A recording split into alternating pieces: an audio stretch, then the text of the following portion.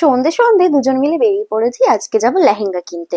হ্যাঁ হ্যাঁ, তোমরা এটাই ভাবছো তো যে কেন লেহেঙ্গা কিনতে যাচ্ছি।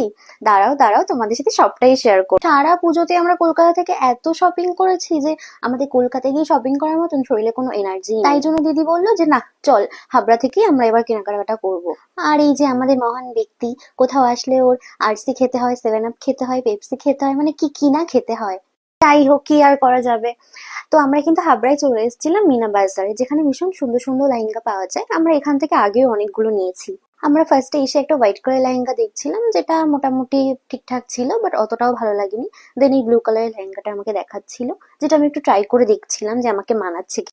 তারপরে গ্রিন কালারের একটা দেখে নিচ্ছিলাম, যেটাও আমার পছন্দ হয়নি। তারপর দিদি নিজের জন্য এটা দেখছিল, যেটা ওকে ভীষণ ভালোই লাগছিল, বেশ সুন্দর লাগছিল। কিন্তু আমরা যে কি নেবো আমরা বুঝতেই পারছিলাম না। এত অপশন দেখে আমরা না কনফিউজড হয়ে যাই যে কি নেবো কি নেবো। আসলে বলে না, মানুষের কাছে বেশি অপশন থাকলে তারা ভীষণ চুজি হয়ে যায়, সেই অবস্থা। তারপরে এই গ্রিন কালার লেহেঙ্গাটা দেখছিলাম, যেটা কালারটা আমার অতটা ভালো লাগেনি। দেন এই পিঙ্ক কালারটা দেখছিলাম। দোকানের যে দিদিটা আমাদের লেহেঙ্গা দেখাচ্ছিল, সে আমাকে বলছিল তুমি এই লেহেঙ্গাটা ট্রাই করো, এই ব্লু কালারের, যেটা তোমাকে ভীষণ ভালো লাগবে।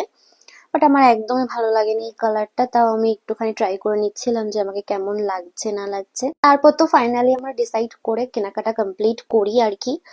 তো শপিং টপিং করা কমপ্লিট হয়ে গেছে আমাদের। কি কিনেছি না কিনেছি সেটা তোমাদের সাথে পরের ভিডিওটা অবশ্যই শেয়ার করব। আজকের মতো আমাদের কেনাকাটা কমপ্লিট। আমি তো ভীষণ হ্যাপি।